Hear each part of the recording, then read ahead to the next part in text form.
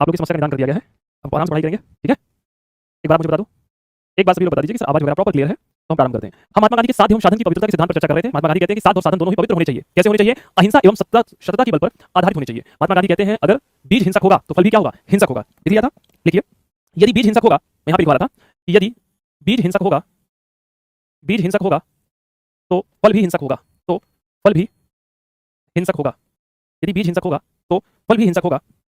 इसीलिए आप इसीलिए आप इसीलिए आप इसकी पवित्रता पर बल देते हैं। इसीलिए आप इसकी पवित्रता पर बल देते हैं। इसीलिए आप इसकी पवित्रता पर बल देते हैं। इसीलिए आप इसकी पवित्रता पर बल देते हैं। अर्थात किसी भी साध को प्राप्त करने के लिए, अर्थात किसी भी साध को प्राप्त करने के लिए साधन की महत्वपूर्ण भूमिका होती है। साधन की महत्वपूर्ण भूमिका होती है। साधन की महत्वपूर्ण भूमिका होती है। किसी भी साध को प्राप्त करने के लिए साधन की महत्वपूर्ण भूमिका होती है। साधन की महत्वपूर्ण भूमिका होती है। साधन की महत्वपूर्ण भूमिका होती है। क्लियर? कंप्लीट हो गया। छोटा सा सिद्धांत था, महात्मा गांधी का कोई बड़ा सिद्धांत नहीं था। अच्छा आप बताइए, हमने सर्वोदय नहीं पढ़ा था ना, महात्मा गांधी का सर्वोदय संबंधी सिद्धांत? क्या हमने महात्मा गांधी के सर्वोदय सिद्धांत पर चर्चा कर ली थी? एक बार मुझे बता दें, क्या महात्मा गांधी का सर्वोदय सिद्धांत हो गया था? सर्वोदय मतलब सबका उदय। मुझे लगता है कि नहीं हुआ था। एक सिद्धांत रह गया था महात्मा गांधी का सर्वोदय वाला। मेरे लाल, मेरे विद्यार्थियों, बोलो हुआ है कि नहीं हुआ है? मेरे ख्याल से नहीं हुआ है, नहीं पढ़ा है। डालिए सर्वोदय। इतनी बच्चा चर्चा भी कर रहा था कि सर्वोदय क्या होता है ना। ठीक है, डालिए सर्वोदय सिद्धांत, महात्मा गांधी का सर्वोदय सिद्धांत। हमने लगभग सभी सिद्धांत महात्मा गांधी के पढ़ लिए। आज महात्मा गांधी कंप्लीट होंगे। ठीक है, आज क्या होंगे? आज महात्मा गांधी कंप्लीट होंगे। चर्चा करें सर्वोदय के सिद्धांतों के बारे में। लिखिए, सर्वोदय का सिद्धांत, सर्वोदय का सिद्धांत महात्मा गांधी का एक महत्वपूर्ण सिद्धांत है। सर्वोदय का सिद्धांत, सर्वोदय का सिद्धांत महात्मा गांधी का एक महत्वपूर्ण सिद्धांत है। एक महत्वपूर्ण सिद्धांत है। महात्मा गांधी ने इस सिद्धांत को, महात्मा गांधी ने इस सिद्धांत को रस्किन बॉन्ड की पुस्तक, महात्मा गांधी ने इस सिद्धांत को रस्किन बॉन्ड की पुस्तक, रस्किन बॉन्ड की पुस्तक अनटू द लास्ट पर लिया है। Unto the last, unto the last से लिया है। अनटू द लास्ट से लिया है। आगे लिखें, महात्मा गांधी इन सिद्धांतों में, महात्मा गांधी इस सिद्धांत में सामाजिक समस्याओं का चिंतन करते हैं। महात्मा गांधी इस सिद्धांत में सामाजिक चिंतन पर चर्चा करते हैं। सामाजिक चिंतन पर चर्चा करते हैं। डालिए सर्वोदय का अर्थ। सर्वोदय का अर्थ क्या है? सर्वोदय लिखें। सर्वोदय का तात्पर्य यह है कि, लिखिए, सर्वोदय का तात्पर्य यह है कि, सर्वोदय का तात्पर्य यह है कि सभी व्यक्तियों का समान रूप से विकास किया जाए। सर्वोदय का तात्पर्य यह है कि सभी व्यक्तियों का समान रूप से विकास किया जाए। समान रूप से विकास किया जाए और समग्र विकास, समान रूप से विकास किया जाए और समग्र विकास, और समग्र विकास, और समग्र विकास आर्थिक, और समग्र विकास आर्थिक, सामाजिक, और समग्र विकास आर्थिक, सामाजिक एवं मानसिक प्रवृत्ति का होना चाहिए। आर्थिक, सामाजिक, राजनीतिक, आर्थिक, सामाजिक, राजनीतिक एवं मानसिक प्रवृत्ति का होना चाहिए। एवं मानसिक प्रवृत्ति का होना चाहिए। एवं मानसिक प्रवृत्ति का होना चाहिए। लिख लिया?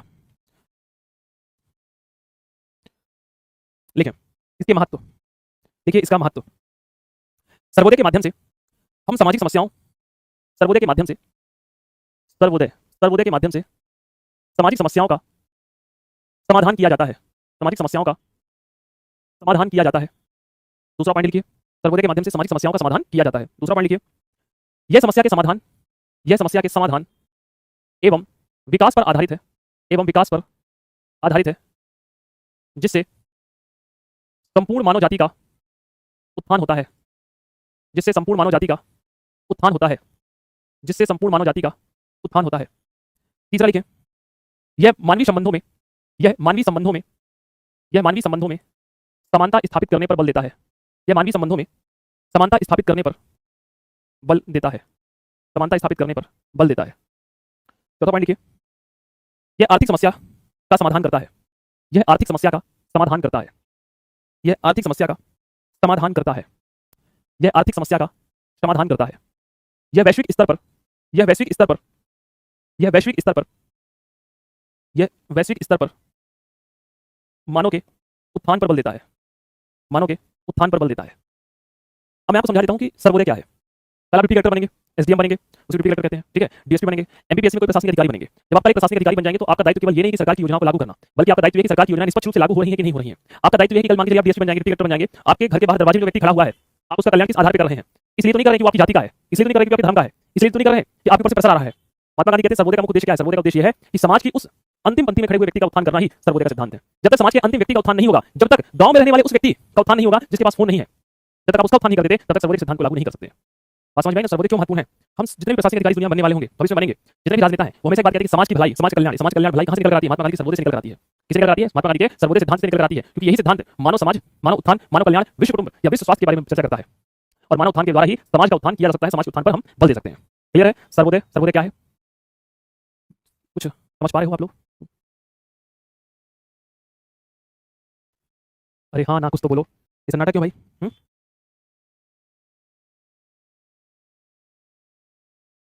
हाँ ना, कुछ तो बोलिए। क्लियर है? ठीक है। एक बात और समझिए कि महात्मा गांधी की एक फिलॉसफी और रह गई है। ऑलमोस्ट महात्मा गांधी के पूरे दर्शन पर चर्चा कर ली है। ठीक है? राजनीतिक। ठीक है? देखिए बहुत सारे सिद्धांत तो हैं, और जैसे सत्य और अहिंसा को महात्मा गांधी किस तरह से डिफाइन करते हैं, सर्वोदय संबंधी सिद्धांत क्या है, कहीं ना कहीं महात्मा गांधी का ग्रामीण अर्थव्यवस्था को लेकर क्या सिद्धांत है, ये सब चीजें यहाँ पर देखने को मिल रही हैं। ठीक, चलिए बहुत धन्यवाद।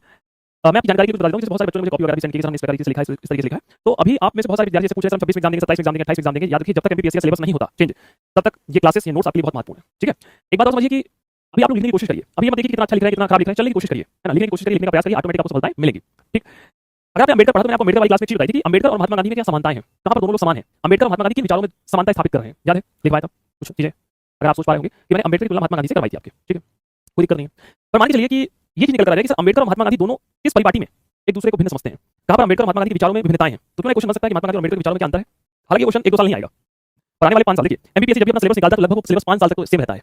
मतलब अभी से लेकर 2030 तक के जो एग्जाम एमपीपीएससी में होंगे वो सिलेबस वही रहेगा। ठीक है? इस बात को समझिए। तो मान के चलिए कोई बच्चा 28-29 में पेपर दे और अभी 12th में हो, तो उसके नोट्स में क्वेश्चन होना चाहिए ना कि हमने लिखवाया था कि अम्बेडकर और महात्मा गांधी के विचारों में क्या अंतर है। चर्चा कर लेते हैं, है ना? हम दूरदर्शी हैं, दूरदर्शी लोग सोच के चलते हैं। भाई सर्वोदय वगैरह तो दुनिया लिख देगी। अभी क्वेश्चन है कि अम्बेडकर और महात्मा गांधी क्या अंतर है, और तुमने इंटरनेट याद किया हुआ है, दिमाग में छपा हुआ है, कंटेंट कॉपी में लिखा हुआ है, तुम्हारे काम स्पीड के तरीके से दौड़ेंगे। अब दूसरा बच्चा जिसने केवल अम्बेडकर और महात्मा गांधी पढ़ा है वो सोचेगा कि अंतर क्या है। दोनों में अंतर ही नहीं है। आप स्पीड से लिख लोगे, आप 1-2 मिनट समय बच जाएगा। याद क्या हुआ, आंसर में बहुत अच्छे से निकलता है। भाई 11th और 12th और 9th और 10th में आप टॉप कैसे करते थे? साल भर रटते थे, अरे भैंसे रटते थे, जैसे रटते थे रट तो लेते थे ना, सिलेक्शन ले लेते थे, एग्जाम क्वालीफाई कर लेते थे। 10th 12th में आपके 90-92% बने होंगे। फिर ये समस्या यहाँ सिलेक्शन रेशियो में क्यों आती है? क्योंकि आप रटना भूल जाते हो। जो आपकी जड़ी बूटी थी ना, आपको जो माता पिता ने दी थी कि भैंसे तुलसीदास कहते हैं भैंस प्रीत ना होए, जब तक भैंस नहीं होगा प्रीत कैसे होगी। ठीक है? तो ये जो आप जड़ी बूटी आपको बचपन से मिली थी और आपने जड़ी बूटी का इस्तेमाल करना बंद कर दिया। बहुत सारे बच्चे वैसे कहते हैं सर आप हमेशा कहते हैं रट लो, सर हम तो एमपीपीएससी कर रहे हैं। अरे बगल एमपीपीएससी कर रहा था तो कहना रट ले। अगर तुम यूपीएससी करते यूपीएससी कहते तो मैंने कहता रट ले, क्योंकि एमपीपीएससी में 90% क्वेश्चन रिपीटेड आते हैं, चेप्टर हो जाए मींस 60% सिलेक्शन हो जाता है, 60% में टॉपर बन जाता है, 60% में आप मध्य प्रदेश में टॉप कर देते हैं। सिलेक्शन के लिए आपको 55% चाहिए। तो तुम जो जड़ी बूटी तुम बचपन सीख के आए वो भूल गए तुम। बताओ, जैसे बजरंगबली को भूल गया था कि वो बचपन में सूरज को निकाल दिए थे। फिर लोगों ने बताया कि प्रभु आप महान है प्रभु। बोले मैं कैसे मान? बोले आप बचपन में थे तो आपने सूरज को अपने मुंह के अंदर डाल दिया था। सूरज देव ने कहा कि भैया निकालो मेरे को। बोले अच्छा ये बात थी। बोले हाँ। बोले आपको लंका पार करना है ना, समुद्र को लंका तक जाना है, तो वही जड़ी बूटी इस्तेमाल करिए बचपन वाली। तो मैं आपको जड़ी बूटी समझा रहा हूँ। एग्जाम निकालना है, दिमाग में इतना बैठा लो कि सर मेरे को तो केवल एग्जाम निकालना है, निकालना है, आप तरीका बताओ। मैं तरीके में चलने को तैयार हूँ, तो मैं तुमको सुबह शाम तरीके बताता हूँ, ये तरीका फॉलो कर लो, सिलेक्शन मिल जाएगा। आइए बात समझे। शायद जो जिंदगी में मैंने गलतियां की होंगी वो गलतियां से तुम सीख लो अपनी जिंदगी में। ठीक है? इसलिए बनते हैं कि सर हम जो गलतियां कर चुके होंगे जिंदगी में, तो गलतियां ना दोहराओ, सिलेक्शन बात कर लो जल्दी। ये तो बाकी फिर 4-5 साल का समय घनघोर समय है अपने पास। लिख लें, देख लो महात्मा गांधी और अम्बेडकर में क्या अंतर है। तो एक काम करो, अंतर जब भी लिखेंगे तो कैसे लिखेंगे, एक बीच में लाइन खींचेंगे। ठीक है? और एक तरफ अम्बेडकर एक तरफ महात्मा गांधी लिखेंगे, है ना? डालिए महात्मा गांधी और अम्बेडकर। चलो लिखे लिखे लिखिए। बस जितना कहते चलो उतना करते चलो। ठीक है? हाँ एक बात जान लीजिए, इस शनिवार को आपका टेस्ट होगा। सभी क्या कह रहे हैं? बिल्कुल होगा, तैयार है ना? 2 राजनीतिक विचारक हो गए, अम्बेडकर और महात्मा गांधी आपके सिलेबस में आएंगे सैटरडे वाले टेस्ट में। ठीक है? 1 घंटे का टेस्ट होगा, 1 घंटे में 40 मिनट टेस्ट होगा, और 20 मिनट में बताऊंगा लिखना कैसे है, क्या क्या लिखना है, ट्रेनिंग कैसे होगी। ठीक है? 1 घंटे आपका टेस्ट चलेगा शनिवार को, तैयार रहेगा। अभी से मैं आपको बताता हूँ महात्मा गांधी और अम्बेडकर है। कौन है? महात्मा गांधी है, अम्बेडकर है। सर आपने अम्बेडकर में अंतर लिखवा दिया था। अच्छा लिखवा दिए थे, लिख लो, दिक्कत है देख लो, कुछ नई चीज लिखवा देंगे इस बार, नया लिखवा कुछ लिखो। महात्मा गांधी और अम्बेडकर कुछ नया अंतर लिखो, लिखो लिखो लिखो। महात्मा गांधी लिखो, आज कुछ नया अंतर लिखवा देते हैं। और महात्मा गांधी समस्याओं का समाधान, महात्मा गांधी समस्याओं का समाधान व्यक्तियों के नैतिक आचरण को मानते थे। समस्याओं का समाधान व्यक्ति के नैतिक आचरण से करना चाहते थे। महात्मा गांधी व्यक्तियों के समस्याओं का समाधान नैतिक आचरण से करना चाहते थे, नैतिक आचरण से करना चाहते थे। अम्बेडकर जी का मानना था कि समस्याओं का समाधान कानून के माध्यम से करना चाहिए। समस्याओं का समाधान कानूनों के माध्यम से करना चाहिए, कानून के माध्यम से करना चाहिए। दूसरा लिखें, गांधी जी जाति व्यवस्था में सुधार करना चाहते थे। गांधी जी जाति व्यवस्था में सुधार करना चाहते थे। जबकि अंबेडकर जी जबकि अंबेडकर जी जाति व्यवस्था का उन्मूलन करना चाहते थे। उन्मूलन करना चाहते थे। उन्मूलन के ब्रैकेट में लिखिए ना, समाप्त करना चाहते थे ना। बहुत सारे बच्चों को ना पता होगा, उन्मूलन मतलब होता है समाप्त करना, जड़ से खत्म करना। ठीक है, क्या करना चाहते थे? जड़ से खत्म करना चाहते थे। ठीक है, लिखिए और लिखिए। बापू जी मतलब महात्मा गांधी, बापू का मानना था कि बापू का मानना था कि कानून और राज्य का कानून और राज्य की सत्ता का न्यूनतम प्रयोग होना चाहिए। न्यूनतम प्रयोग होना चाहिए। अंबेडकर जी कानून और राज्य की सत्ता को महत्वपूर्ण मानते थे। अंबेडकर जी कानून और राज्य की सत्ता को महत्वपूर्ण मानते थे। महत्वपूर्ण मानते थे। अगला पॉइंट लिखें। महात्मा गांधी भारत विभाजन के विरोधी थे। महात्मा गांधी भारत विभाजन के विरोधी थे। महात्मा गांधी भारत विभाजन के विरोधी थे। आपका मानना था कि हिंदू और मुस्लिम साथ रहें। आपका मानना था कि हिंदू और मुस्लिम साथ रहें। आपका मानना था कि हिंदू और मुस्लिम साथ रहें। आगे लिखिए। हिंदू मुस्लिम, आपका मानना था कि अंबेडकर जी के बारे में, अंबेडकर जी का मानना था कि हिंदू और मुस्लिम शांतिपूर्ण साथ नहीं रह सकते। अंबेडकर जी का मानना था कि हिंदू और मुस्लिम शांतिपूर्ण तरीके से साथ नहीं रह सकते। इस आधार पर विभाजन का समाधान ही व्यवहारिक समाधान है। इस आधार पर विभाजन का समाधान ही व्यवहारिक समाधान है। विभाजन का समाधान ही व्यवहारिक समाधान है। आगे लिखें। आप धर्मांतरण के विरोधी हैं। आप धर्मांतरण के विरोधी हैं और आप धर्मांतरण के समर्थक हैं। और आप धर्मांतरण के समर्थक हैं। आप धर्मांतरण के क्या है? विरोधी हैं। और आप धर्मांतरण के क्या है? समर्थक हैं। क्या है? समर्थक हैं। या लिखिए, आप स्वदेशी के पक्षधर हैं। महात्मा गांधी इसकी बात करते हैं स्वदेशी की, तो लिखिए आप स्वदेशी के पक्षधर हैं और आप स्वदेशी को महत्वपूर्ण नहीं मानते। अंबेडकर जी स्वदेशी को महत्वपूर्ण नहीं मानते। ठीक है, आगे लिखेंगे। महात्मा गांधी लिखिए, आप दलितों के पृथक निर्वाचन के विरोधी थे। आप दलित वर्ग के पृथक निर्वाचन के विरोधी थे। अंबेडकर जी में लिखिए, अंबेडकर जी क्या थे? समर्थक थे। अंबेडकर जी में लिखेंगे कि आप दलित वर्ग के पृथक निर्वाचन के समर्थक थे। दलित वर्ग के पृथक निर्वाचन के समर्थक थे। लिख लिया? इधर लिखिए गांधी जी की तरफ। आप ग्राम सभाओं के द्वारा, गांधी जी की तरफ लिखिए, आप ग्राम सभाओं के द्वारा विवाद को समाप्त करना चाहते हैं। गांधी जी में लिखिए कि आप ग्राम सभाओं के द्वारा विवाद को समाप्त करना चाहते हैं। आप ग्राम सभाओं के द्वारा विवाद को समाप्त करना चाहते हैं। अंबेडकर जी में लिखिए, आप आधुनिक न्याय व्यवस्था के समर्थक हैं। आप आधुनिक न्याय व्यवस्था के समर्थक हैं। आधुनिक न्याय व्यवस्था के समर्थक हैं। आगे लिखें। महात्मा गांधी औद्योगिकरण व मशीनीकरण के विरोधी हैं। महात्मा गांधी औद्योगिकरण व मशीनीकरण के विरोधी हैं। औद्योगिकरण व मशीनीकरण के विरोधी हैं। अंबेडकर जी में लिखिए, आप औद्योगिकरण व मशीनीकरण के समर्थक हैं। आप औद्योगिकरण व मशीनीकरण के समर्थक हैं। आप औद्योगिकरण और मशीनीकरण के समर्थक हैं। आप लिखिए, महात्मा गांधी लिखिए, आप अस्पृश्यता को दैवी अपराध मानते हैं। लिखिए, महात्मा गांधी लिखिए कि आप अस्पृश्यता को दैवी अपराध मानते हैं। आप अस्पृश्यता को दैवी अपराध मानते हैं। आप अस्पृश्यता को दैवी अपराध मानते हैं। अंबेडकर में लिखिए, आप अस्पृश्यता को कानूनी अपराध मानते हैं। आप अस्पृश्यता को कानूनी अपराध मानते हैं। ठीक है, देखिए गांधी जी धर्म पर पूर्ण विश्वास करते हैं। देखिए, गांधी जी धर्म पर पूर्ण विश्वास करते हैं, अतः आप भगवत गीता के भी अनुयायी हैं या भगवत गीता का भी समर्थन करते हैं। आप धर्म पर पूर्ण विश्वास करते हैं तथा भगवत गीता के भी समर्थक हैं। इधर लिखिए, आप धर्म पर, अंबेडकर लिखिए, आप धर्म के समर्थक नहीं हैं। आप धर्म के समर्थक नहीं हैं। आप धर्म के समर्थक नहीं हैं। आप धर्म के समर्थक नहीं हैं, बल्कि आप कर्म पर विश्वास करते हैं। बल्कि आप कर्म पर विश्वास करते हैं। बल्कि आप कर्म पर विश्वास करते हैं। देखिए, महात्मा गांधी राजनीति में धर्म को अनिवार्य मानते हैं। महात्मा गांधी राजनीति में धर्म को महत्वपूर्ण मानते हैं। राजनीति में धर्म को महत्वपूर्ण मानते हैं। और आपका मानना है कि धर्म के बिना राजनीति संभव नहीं है। और आपका मानना है कि धर्म के बिना राजनीति संभव नहीं है। और आपका मानना है कि धर्म के बिना राजनीति संभव नहीं है। और आपका मानना है कि धर्म के बिना राजनीति संभव नहीं है। इसका तात्पर्य यह है कि, देखिए महात्मा गांधी में लिखना है कि इसका तात्पर्य यह है कि धर्म विरोधी राजनीति, इसका तात्पर्य यह है कि धर्म विरोधी राजनीति में मानवता नहीं होती। धर्म विरोधी राजनीति में मानवता एवं नैतिकता नहीं होती। इस प्रकार लिखिए, धर्म विरोधी राजनीति में मानवता तथा नैतिकता नहीं होती। मानवता तथा नैतिकता नहीं होती। धर्म विरोधी राजनीति में मानवता व नैतिकता नहीं होती। अंबेडकर जी के बारे में लिखिए, अतः आप राजनीति को पंथ निरपेक्ष बनाना चाहते हैं। अतः आप राजनीति को पंथ निरपेक्ष बनाना चाहते हैं, अतः आप राजनीति को पंथ निरपेक्ष बनाना चाहते हैं, अतः आप राजनीति को पंथ निरपेक्ष बनाना चाहते हैं। बोलो जय हो। कंप्लीट हो गया। कितने पॉइंट लिखवा दिया आज आपको? बताइए कितने पॉइंट हो गए आज महात्मा गांधी और अम्बेडकर में? 11। आप तो कह रहे थे लिख लिए कंप्लीट। महात्मा गांधी और अम्बेडकर क्लियर, कंप्लीट हो गया महात्मा गांधी आपके। ठीक है, कैसा लगा पढ़ करके? ठीक लग रहा है? तो ये था पूरा एक सिद्धांत महात्मा गांधी का कि महात्मा गांधी किस तरीके से अपने विचारों और सिद्धांतों की तरफ चल रहे हैं। अम्बेडकर हमने पढ़ा, अम्बेडकर के क्या सिद्धांत थे। बाद में मैंने दोनों में अंतर लिखवा दिया, दोनों में समानताएं पर हमने चर्चा कर ली थी कि अम्बेडकर और महात्मा गांधी में क्या समानताएं थी। ठीक है, अब एक बात ध्यान रखिए, सर तुलना में अंतर लिखना होता है। बेटा विजय, मान के चलो तुम्हारे घर वाले तुम्हारी तुलना तुम्हारे छोटे भाई से कर रहे हैं, तो तुलना में क्या लिखोगे? अंतर ही ना लिखोगे कि विजय लंबा है, मान लो तुम्हारे छोटे भाई का नाम है अजय, अजय छोटा है, विजय काला है, अजय बुरा है, तो अंतर में क्या लिखोगे? अंतर में अंतर ही लिखना पड़ता है बेटा। हे प्रभु, समानता कैसे लिखी? समानता लिखोगे तो लिखो महात्मा गांधी और अम्बेडकर में समानता है। महात्मा गांधी ये सोचते थे, अम्बेडकर ये सोचते थे, महात्मा गांधी ये सोचते थे, महात्मा गांधी वो सोचते थे, अम्बेडकर ये सोचते थे, अम्बेडकर ये सोचते थे, अम्बेडकर ये सोचते थे, ये भी सोचते थे, समानता हो जाएगी। तुलना भी ऐसे लिखते हैं, समानता भी ऐसे लिखते हैं। ठीक है, समानता भी ऐसे फ्रेमिंग कर सकते हैं। सर मजबूरी का नाम महात्मा गांधी ऐसा क्यों बोलते हैं? जिसने बोला उससे पूछ लो भैया क्यों बोलते हैं, मुझे नहीं पता बेटा क्या बोलते हैं।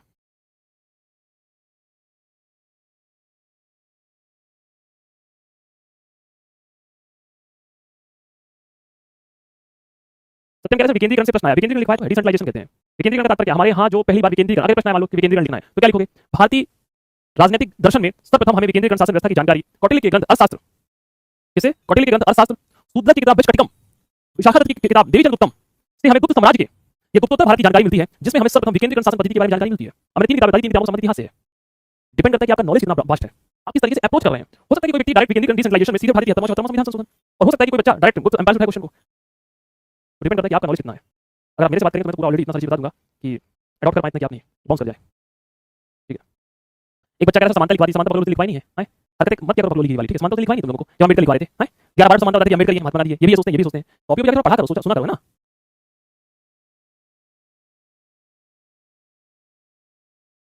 एक किसी ने कह दिया पंचायती राज को बढ़ावा देना।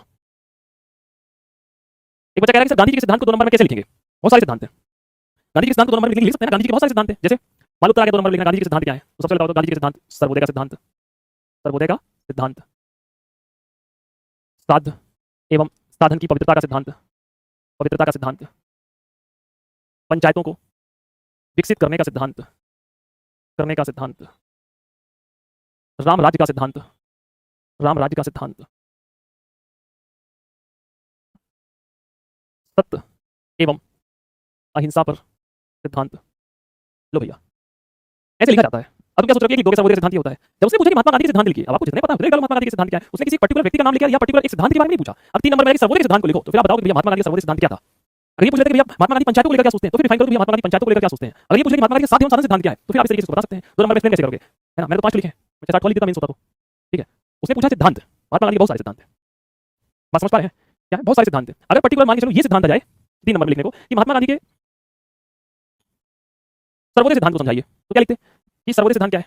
बोल सकते हैं कि महात्मा गांधी के द्वारा प्रतिपादित, महात्मा गांधी के द्वारा प्रतिपादित, कौन सी किताब में मिलता है, किताब का नाम लिख दो, जॉन रस्किन की किताब का नाम है ना, उसके बारे में बता दीजिए। फिर एक लाइन में इसका उद्देश्य बता दीजिए कि भैया इसका उद्देश्य क्या है, और फिर एक लाइन में यहीं पर इसका एक छोटा सा महत्व बता दीजिए। बस ये डिपेंड करता है कि आप इसको कैसे लेते हैं। सर अस्पृश्यता में दैवीय अपराध का मतलब क्या है? दिशा, अम्बेडकर महात्मा गांधी से पूछते थे बापू बताइए, ये जो हिंदू लोग हैं, ये हिंदू लोग हैं, ये ब्राह्मण वर्ग के लोग हैं, ये अस्पृश्यता छुआछूत बड़ा मानते हैं। तो महात्मा गांधी कहते देखो भैया ब्राह्मण क्षत्रिय वैश्य, ब्राह्मण क्षत्रिय शूद्र और वैश्य, ये व्यक्ति जो पैदा हुए हैं 4 कुल में, इसमें इंसान का कोई लेना देना नहीं, भगवान का लेना देना है। किसका लेना देना है? भगवान का लेना देना है। अगर कोई व्यक्ति ब्राह्मण कुल में पैदा हो रहा है तो इसमें उस व्यक्ति का योगदान नहीं है, बल्कि भगवान का योगदान है। तो इसमें अगर छुआछूत किसी व्यक्ति के साथ हो रहा है, देखो महात्मा गांधी कहते हैं मैं छुआछूत का हमेशा विरोधी हूं, परंतु जो छुआछूत प्राचीन समय से चला आ रहा है वो दैवीय अपराध है। मतलब दैवीय अपराध का तात्पर्य क्या है कि पूजा केवल पुरोहित वर्ग ही करेगा, सेना में केवल श्रमिक आपका क्षत्रिय वर्ग ही जाएगा, व्यापार केवल शूद्र वर्ग ही करेगा, वैश्य वर्ग ही करेगा, और व्यापार क्षत्रिय और पुरोहित वर्ग को समर्थन करने वाले जो वर्ग क्या आ गया, शूद्र वर्ग आ गया। तो इसमें महात्मा गांधी कहते हैं दैवीय अपराध, मतलब देवताओं के द्वारा ऐसा अपराध किया गया जो लगातार चला आ रहा है, उसको दैवीय अपराध की संज्ञा दे दी गई। क्योंकि महात्मा गांधी भगवत गीता पर बड़ा विश्वास करते थे, महात्मा गांधी भगवत गीता के सिद्धांतों पर चलते हैं, इसलिए उनका जीवन में भगवत गीता का जो सिद्धांत है उनके जीवन में बड़ा प्रभावित रहा। एक बात ध्यान रखिएगा, भगवत गीता से इस बार आपको क्वेश्चन आएगा। क्यों?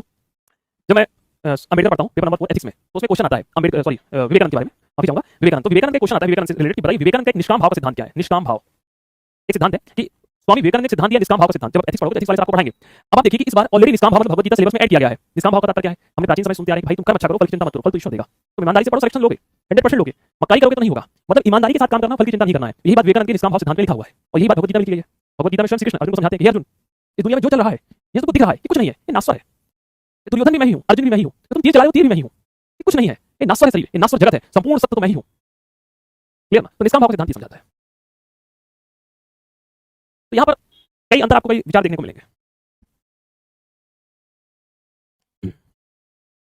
ठीक है, तो ये चीजें आपको थोड़ा सा लेकर यहाँ पर चलनी पड़ेगी, क्योंकि ये कहीं ना कहीं आपके एग्जाम के दृष्टिकोण से बहुत महत्वपूर्ण हो जाती है। जैसे बच्चे कह रहे थे, ट्रस्टी का सिद्धांत क्या है? ट्रस्टी का सिद्धांत हालांकि वो आपके इकोनॉमिक्स वाले सेक्टर में आ गया, क्योंकि महात्मा गांधी ने इकोनॉमिक्स और हिस्ट्री वाले टॉपिक वाले अवसर पढ़ाएंगे। जानकारी ट्रस्टी का सिद्धांत क्या है? ट्रस्टी का सिद्धांत ये है, महात्मा गांधी कहते हैं, ये अर्थव्यवस्था से चीजें थोड़ा समझाता हूं मैं आपको कि मेरे महात्मा गांधी ने एक सिद्धांत और दिया था, ट्रस्टीशिप का सिद्धांत। आखिर क्या होता है ट्रस्टीशिप का सिद्धांत? महात्मा गांधी ट्रस्टीशिप के सिद्धांत में बहुत अच्छी बात कहते हैं समाज के उन वर्गों को जिनके पास बहुत पैसा है। महात्मा गांधी कहते हैं कि समाज के उन धनवान लोगों को, उन अमीर वर्गों को, देखिए आपका इस दुनिया में आना सफल हो गया है, आपने अपने जीवन के जितने उद्देश्य प्राप्त कर लिए हैं, अब आपने इतनी संपत्ति को अर्जित कर ली है कि ये संपत्ति आपके जीवन के लिए काम हो चुकी है। आपने अपने नाती नतुल बच्चे बच्चे इतनी संपत्ति रख ली कि उनके पास इतनी संपत्ति हो, क्या करेंगे इतनी संपत्ति का? तो महात्मा गांधी बड़े बड़े लोगों से आग्रह करते हैं, पूंजीपतियों से आग्रह करते हैं कि आप अपनी संपत्ति का कुछ हिस्सा डोनेट कर दीजिए। इसी को कहा गया ट्रस्टीशिप का सिद्धांत। ठीक है, क्लियर? बात समझ में ट्रस्टीशिप के सिद्धांत में अम्बेडकर जी क्या कह रहे हैं? महात्मा गांधी कि जो आपका धन है उस धन को समाज के उत्थान के लिए दे दीजिए। क्या कर दीजिए? जो धन है उस धन को समाज के उत्थान के लिए दे दीजिए, उत्थान हेतु समर्पित कर दीजिए। इससे क्या होगा? इससे समाज के जो अन्य वर्ग हैं, समाज के जो अन्य वर्ग हैं, इन अन्य वर्गों का भी कल्याण होगा। क्या होगा? कल्याण होगा। और जब आप समाज के उत्थान के लिए धन देंगे तो कहीं ना कहीं मनुष्य क्या है? एक सामाजिक प्राणी है। क्या है? मनुष्य एक सामाजिक प्राणी है। तो ये सामाजिक प्राणी का जो सिद्धांत है ये भी सफल होता है, क्योंकि कहीं ना कहीं जब आपने इस धन को प्राप्त किया है, महात्मा गांधी बहुत अच्छी बात कहते हैं। महात्मा गांधी कहते हैं कि जैसे एग्जांपल के तौर पर मैंने एक कंपनी डाली, कंपनी डाली और मैंने 500 करोड़ रुपए कमाए। अभी बताओ क्या 500 करोड़ रुपए मैं अकेले कमा सकता हूं? ऐसा नहीं होगा। मेरा एम्प्लॉय होंगे मेरी कंपनी में, 4-5 लोग काम करेंगे, बहुत सारे वर्कर होंगे, बहुत सारे लोग होंगे, मतलब इतने सारे लोगों का योगदान है मुझे अमीर बनाने में। तो महात्मा गांधी क्या कहते हैं? जब आपने धन को प्राप्त कर लिया है तो आप उस धन को अमीर गरीब लोगों को लौटा दीजिए सामाजिक कल्याण के माध्यम से। और जब सामाजिक कल्याण के माध्यम से लौटा देंगे तो इसी को कहते हैं ट्रस्टीशिप का सिद्धांत। बात समझ में आ गई? कोई दिक्कत नहीं है? ठीक है, तो अगर लिखना चाहो तो लिखो 3 लाइन लिखवा के ट्रस्टीशिप थोड़ा सा लिख लो है ना, क्यों रह जाए, पता चले आपको इकोनॉमिक्स हिस्ट्री में ना पढ़ पाओ, कुछ चीजें अधूरी रह जाती है, जिंदगी भर रह जाती है, समय के साथ उन पर मलहम लगा लेना चाहिए। लिखो ट्रस्टीशिप का सिद्धांत, छोटा सा ही है, लिख लो ट्रस्टीशिप का सिद्धांत। ठीक है, ट्रस्टीशिप का सिद्धांत महात्मा गांधी के द्वारा दिया गया। ट्रस्टीशिप का सिद्धांत महात्मा गांधी के द्वारा दिया गया। इस सिद्धांत में वे समाज के पूंजीपतियों से, इस सिद्धांत में वे समाज के पूंजीपतियों से, वे समाज के पूंजीपतियों से विशेष आग्रह करते हैं, वे समाज के पूंजीपतियों से विशेष आग्रह करते हैं, वे समाज के पूंजीपतियों से विशेष आग्रह करते हैं, विशेष आग्रह करते हैं कि विशेष आग्रह करते हैं कि समाज उत्थान हेतु, समाज उत्थान हेतु, समाज उत्थान हेतु तथा मानव कल्याण हेतु, समाज उत्थान तथा मानव कल्याण हेतु, समाज उत्थान तथा मानव कल्याण हेतु धन को दान देना चाहिए। समाज उत्थान हेतु और मानव कल्याण हेतु धन को दान देना चाहिए। क्योंकि आपका मानना है कि, क्योंकि आपका मानना था कि, ऐसा लिखिए, क्योंकि आपका मानना था कि, आपका मानना था कि किसी व्यक्ति को पूंजीपति बनाने में, किसी व्यक्ति को पूंजीपति बनाने में, किसी व्यक्ति को पूंजीपति बनाने में समाज के सभी वर्गों का हाथ होता है। समाज के सभी वर्गों का हाथ होता है। समाज के सभी वर्गों का हाथ होता है। समाज के सभी वर्गों का हाथ होता है। और उसी धन को, और उसी धन को, और उसी अर्जित धन को, ऐसा लिखिए, और उसी अर्जित धन को दान करके, और उसी अर्जित धन को ट्रस्ट को दान करके, और उसी धन को ट्रस्ट को दान करके, ट्रस्ट को दान करके मानव कल्याण करना चाहिए। मानव कल्याण करना चाहिए। ठीक है, कल हम पढ़ेंगे सरदार वल्लभ भाई पटेल। कल क्या पढ़ेंगे? कल हम पढ़ेंगे सरदार वल्लभ भाई पटेल। कल एक नए राजनीतिक थिंकर चालू होंगे। कल का टॉपिक होगा क्या होगी? सरदार वल्लभ भाई पटेल। क्लियर?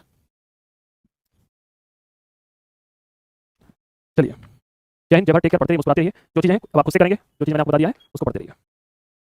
जय हिंद, जय भारत, टेक केयर, धन्यवाद।